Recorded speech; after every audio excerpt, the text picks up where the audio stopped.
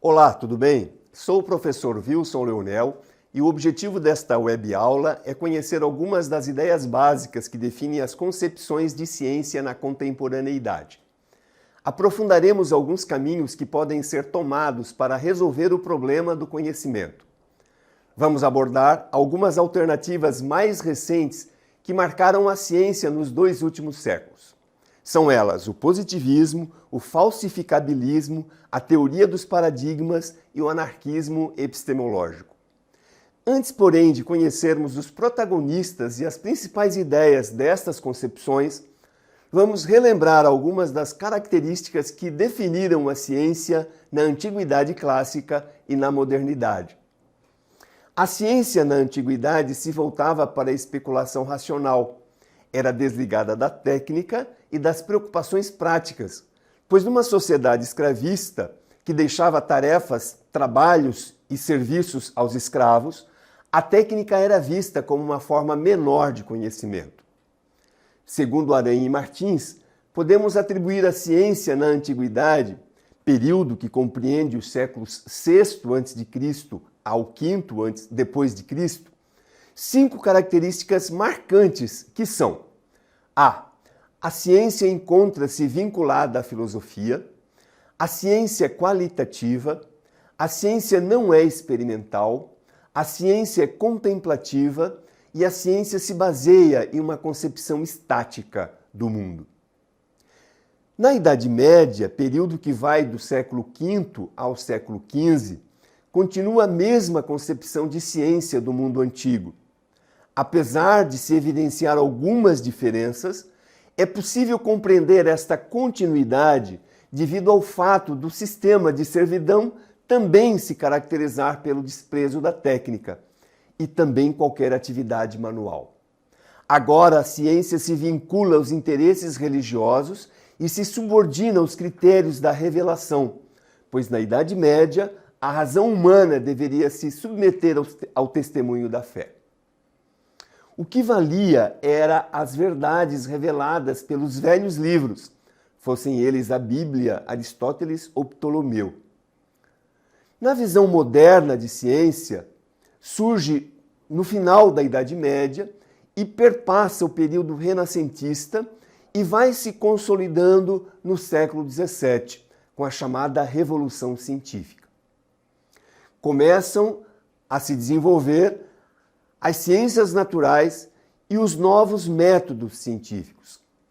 Pode-se afirmar que a marca mais evidente da modernidade é a plena confiança na razão humana. Essa confiança torna a ciência a única explicação possível da realidade. Assim, as leis científicas passam a explicar matematicamente os fenômenos testados por verificação empírica e a prever a ocorrência de novos fenômenos. A ciência alcança definitivamente sua autonomia e se torna um conhecimento rigoroso, que, mediante a utilização de linguagens rigorosas, se propõe a dizer como funciona a mecânica da vida e do universo. Mais tarde, no século XX, esse modelo de racionalidade científica, que era apenas das ciências naturais, se estende às ciências sociais emergentes. Dentre elas, podemos citar a psicologia e a sociologia. Contudo, o modelo de racionalidade científica na contemporaneidade atravessa uma profunda crise em seus principais fundamentos, colocando em xeque a possibilidade de defesa de um agir racional nas amplas áreas do conhecimento. Antes, porém, de adentrarmos em algumas das concepções de ciência que marcaram o século XX e que estão intrinsecamente relacionadas com essa crise, vamos tratar de uma corrente de pensamento que tem sua origem no século XIX e que se estende pelo século XX e que, de alguma forma, continua o debate iniciado na modernidade, procurando se posicionar essa corrente sobre o embate entre o empirismo e o racionalismo no que diz respeito à origem do conhecimento. Estamos falando especificamente do positivismo. O positivismo, sistema proposto pelo filósofo Augusto Comte, leva em consideração tanto a experiência empírica do mundo físico, quanto as formulações lógicas puramente racionais. A ciência é, entre tantos tipos de conhecimento desenvolvidos pelo homem, o único conhecimento universalmente válido. Nesse sistema, acreditava-se ser possível evoluir do conhecimento científico de modo progressivo e linear. Entre as principais características do conhecimento científico, de acordo com o positivismo, estão a objetividade, a neutralidade e o progresso. É interessante salientar que essas características aqui citadas estão entre as mais criticadas pelos teóricos da contemporaneidade e que questionam esse modelo de racionalidade científica. Para Trevinhos, é possível identificar 3 matizes distintos na evolução do positivismo. Primeira fase, que corresponde ao positivismo clássico, a segunda fase, que corresponde ao empírio-criticismo, e a terceira fase, que corresponde ao neopositivismo ou ao positivismo lógico. O positivismo clássico comtiano, dentro de uma caracterização geral, permite identificar algumas ideias básicas. A filosofia positivista professa, de um lado, um experimentalismo sistemático e, de outro, considera anticientífico tudo o que se refere ao estudo das causas finais. Preza por um estado positivo científico em que os fenômenos são explicados por intermédio de leis científicas, experimentalmente demonstradas. Ainda sobre os matizes do positivismo, elencam-se de maneira geral as ideias básicas do neopositivismo sistematizadas por Trevinhos. O neopositivismo, segundo o autor, apresenta as seguintes características básicas. Fatos observáveis como a única realidade existente é uma delas. Os estados mentais, por exemplo, somente são considerados se forem passíveis de mensuração por meio do comportamento observado. O autor considera que o estudo das relações entre fatos, correlação entre variáveis, deve estar acima do estudo das causas, das relações causais. Buscar as causas, sejam elas as causas primeiras ou finais, caracteriza um estudo da metafísica, da realidade que não corresponde ao estado positivo e que, portanto, é criticado pelo positivismo. O positivismo considera o espírito positivo movido pela objetividade científica, que deve ser marcado pela neutralidade científica, ou seja, a ciência estuda os fatos para conhecê-los e tão somente conhecê-los de modo absolutamente desinteressado. O cientista não está preocupado em saber se as verdades são agradáveis ou desagradáveis. Seu papel é o de descrever a realidade, não de julgá-la. O positivismo rejeita o conhecimento metafísico, sendo esta uma das suas principais marcas. Devemos limitar-nos ao positivamente dado, aos fatos imediatos da experiência, fugindo de toda e qualquer especulação metafísica. Só há um conhecimento e um saber, aquele que é próprio das ciências especiais, mas não um conhecimento e um saber filosófico metafísico. A rejeição não ocorre por considerar a metafísica um conhecimento falso, mas por considerá-la um conhecimento que é carente de significado. O positivismo considera como verdadeiro aquilo que é empiricamente verificável. Trata-se do princípio da verificação ou do verificacionismo. O positivismo defende a ideia de uma unidade metodológica para a investigação dos fenômenos naturais e culturais. Defende uma teoria unificada da ciência, pois tanto os fenômenos da natureza quanto os fenômenos sociais são regidos por leis invariáveis. A partir do processo de mensuração e quantificação dos fenômenos, é possível testar hipóteses e obter generalizações.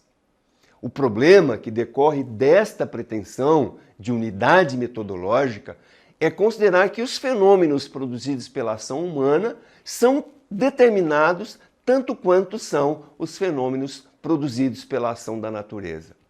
Essa concepção não leva em conta, portanto, a flexibilidade da ação humana e a variedade dos valores históricos e culturais presentes na praxis dos pesquisadores e na própria realidade social. O positivismo considera que não há nenhum tipo de conhecimento elaborado a priori. Rebate, portanto, o princípio kantiano de que a consciência pode conhecer independentemente da experiência sensorial. Em síntese, o positivismo considera que o objeto do conhecimento é somente obtido por meio dos sentidos, negando-se a admitir qualquer realidade que não seja a realidade dos fatos e realidade empiricamente observável.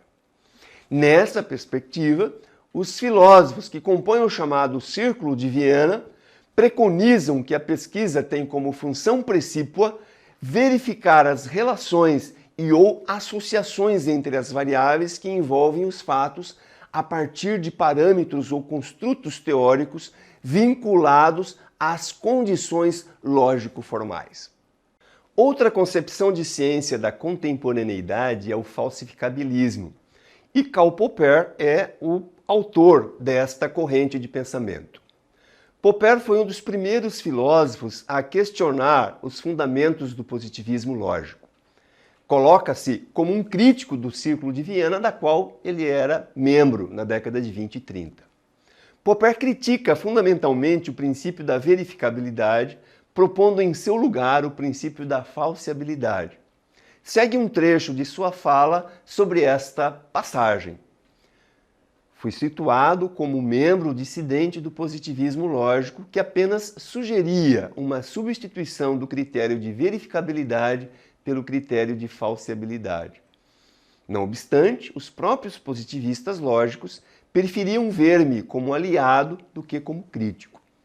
Todos sabem atualmente que o positivismo lógico está morto. Receio que eu deva assumir esta responsabilidade. O racionalismo crítico, como é conhecida a filosofia pós-positivista popperiana, postula o caráter hipotético do conhecimento científico, substituindo o método indutivo, defendido pelos empiristas, pelo método hipotético dedutivo. A teoria do método hipotético dedutivo de prova ou de concepção, segundo a qual uma hipótese só admite prova empírica e tão somente após haver sido formulada, opõe-se frontalmente a todas as tentativas de utilizar as ideias da lógica indutiva. O critério de falsificabilidade proposto por Popper, em oposição ao critério de verificabilidade proposto pelos neopositivistas, estabelece que uma teoria pode ser considerada científica somente quando satisfaz a duas condições básicas: ser falseável, isto é, pode ser, em linha de princípio, desmentida ou contraditada, e também não ter sido ainda achada, de fato, uma teoria falsa. Popper argumenta que a irrefutabilidade de uma teoria não é, como muitas vezes se pensa, uma virtude, mas um defeito. A irrefutabilidade de uma teoria não é uma virtude, mas é um defeito. O método popperiano pode ser definido como aquele que, a partir de uma hipótese formulada, um enunciado universal, deduzem-se para testá-la enunciados particulares acerca dos fenômenos para os quais aquela hipótese foi pensada. E se tais enunciados forem rejeitados pelas evidências empíricas, levarão por consequência à rejeição da própria hipótese de pesquisa. Esse método foi batizado de hipotético dedutivo, tendo em vista a centralidade atribuída pelo próprio autor às hipóteses, que difere tanto do método indutivo, pois Popper descrê da possibilidade de generalizar teorias a partir de enunciados particulares, como do método dedutivo, cartesiano, que pressupõe ser possível a razão humana alcançar a verdade, o exato oposto do falibilismo popperiano. Nessa perspectiva, o método hipotético dedutivo se contrapõe tanto a um método dedutivo quanto a um método indutivo. Assim, para finalizar, a essência do conhecimento científico é fixada pelo próprio Popper a partir da ideia de que todo conhecimento científico é hipotético ou conjetural. Outra concepção de ciência que marcou a contemporaneidade foi a teoria da ruptura dos paradigmas. Um dos mais importantes filósofos da ciência é o contemporâneo Thomas Kuhn. Na realidade, ele é um físico de formação, ou seja, um cientista. Porém, por uma contingência de seu trabalho na universidade, especificamente numa situação em que teve que preparar um curso de ciências para não cientistas, Kuhn precisou rever o conhecimento científico em uma perspectiva histórica e aproximou-se irremediavelmente da filosofia. A espinha dorsal da concepção kuhniana de ciência consiste na tese de que o desenvolvimento típico de uma disciplina científica se dá ao longo da seguinte estrutura. A fase pré-paradigmática segue para a ciência normal, que segue para a crise, que segue para a revolução, que segue, por sua vez, para uma nova ciência normal e, sucessivamente, para nova crise e nova revolução. Daremos agora uma explicação simplificada das noções envolvidas nessa cadeia evolutiva de uma ciência. A fase pré-paradigmática representa, por assim dizer, a pré-história de uma ciência. Aquele período no qual reina uma ampla divergência entre os pesquisadores ou grupo de pesquisadores. E nesta divergência discutem-se se os fenômenos devem ser estudados, como devem ser estudados, sobre quais devem ser explicados e segundo quais princípios teóricos devem ser analisados, sobre como os princípios teóricos se interrelacionam, sobre quais regras devem ser estudados os fenômenos, os métodos e valores que devem direcionar a busca, descrição, classificação, explicação de novos fenômenos, ou ainda se o desenvolvimento das teorias, sobre quais técnicas e instrumentos podem ser utilizados e quais não devem ser utilizados. Enquanto predomina um tal estado de coisas, a disciplina ainda não alcançou o estatuto de científica, ou seja, não constituiu uma ciência genuína. Uma disciplina se torna uma ciência quando adquire um paradigma, encerrando-se essa fase pré-paradigmática e iniciando-se uma nova fase, a fase de ciência normal. Este é o critério de demarcação proposto por Kuhn para substituir os critérios indutivista e falseacionista. O termo paradigma tem uma acepção bastante elástica no texto original de Kuhn, e não podemos aqui adentrar nas sutilezas do seu significado. Contudo, em uma passagem de sua obra Estrutura das Revoluções Científicas, Kuhn assim se expressa sobre o conceito de paradigmas. Considero paradigmas as realizações científicas universalmente reconhecidas que, durante algum tempo, fornecem problemas e soluções modelares para uma comunidade de praticantes de uma ciência. Kuhn percebeu que a transição para a maturidade, para a fase científica de uma disciplina, envolve o reconhecimento por parte dos pesquisadores de uma realização científica exemplar, que defina de maneira mais ou menos clara os principais pontos de divergência da fase pré-paradigmática. A mecânica de Aristóteles, por exemplo, a ótica de Newton, estão entre os exemplos dados por Kuhn de paradigmas que fizeram algumas disciplinas adentrar a fase científica. Um paradigma fornece, pois, os fundamentos sobre os quais a comunidade científica desenvolve suas atividades. Um paradigma representa como que um mapa a ser usado pelos cientistas na exploração da natureza. As pessoas firmemente assentadas nas teorias, métodos e exemplos de um paradigma são chamadas por Kuhn de ciência normal. Um ponto importante destacado por Kuhn é que enquanto o mapa paradigmático estiver mostrando frutífero e não surgirem embaraços sérios no ajuste empírico da teoria, o cientista deve persistir tenazmente no seu compromisso com o paradigma. Embora a ciência normal seja uma atividade altamente direcionada e, em certo sentido, seletiva, essa restrição é essencial ao desenvolvimento da ciência. É somente centrando sua atenção em uma gama selecionada de fenômenos e princípios teóricos explicativos que o cientista conseguirá ir a fundo no estudo da natureza. nenhuma investigação de fenômenos poderá ser levada a cabo com sucesso na ausência de um corpo e princípios teóricos metodológicos que permitam seleção, avaliação e crítica do que se observa. Aqui se nota um dos principais enganos da concepção clássica de ciência, que imaginava ser possível observações neutras. Nas concepções contemporâneas, reconhece-se que fatos e teorias estão em constante relação de interdependência, como que em simbiose, os primeiros sustentando as últimas e estas contribuindo para a sua seleção, classificação, concatenação, predição e explicação.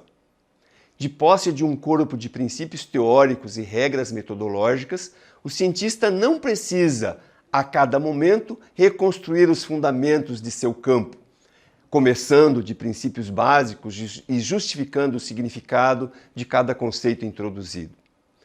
Assim como a relevância cada fenômeno observado. Kuhn entende a ciência normal como uma atividade de resolução de quebra-cabeças, já que, como eles, ela se desenvolve segundo regras relativamente bem definidas. Só que na ciência, os quebra-cabeças não são apresentados pela natureza. Ao longo da exploração de um paradigma, pode ocorrer que alguns desses quebra-cabeças se mostrem de difícil solução.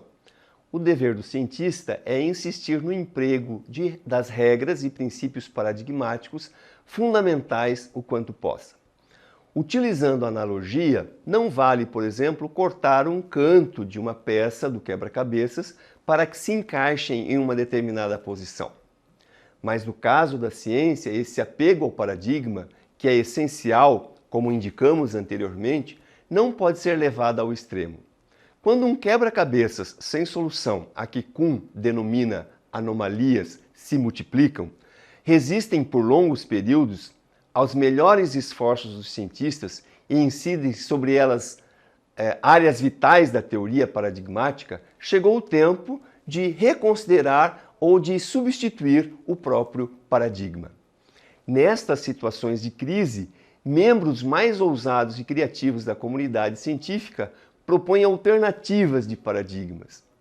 Perdida a confiança no paradigma vigente, tais alternativas começam a ser levadas a sério por um número crescente de cientistas.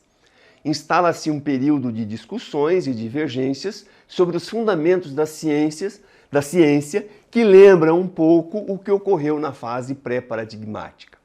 A diferença básica é que mesmo durante a crise, o paradigma até então adotado não é abandonado, enquanto não surgir um outro que se revele superior a ele e em praticamente todos os seus aspectos. Quando um novo paradigma vem a substituir o antigo, ocorre aquilo que Kuhn chama de revolução científica. Dentre as concepções de ciência que marcaram a contemporaneidade, vamos abordar agora a epistemologia de Paul Feyerabend. Feyerabend nasceu em Viena em 1924, viveu nos Estados Unidos e na Europa. Em 1943, serviu o exército alemão, onde acabou ferido, o que o obrigou a utilizar muletas desde então. Após a Guerra do Vietnã, graduou-se em Física e foi orientando de Karl Popper. Sua principal obra chama-se Contra o Método.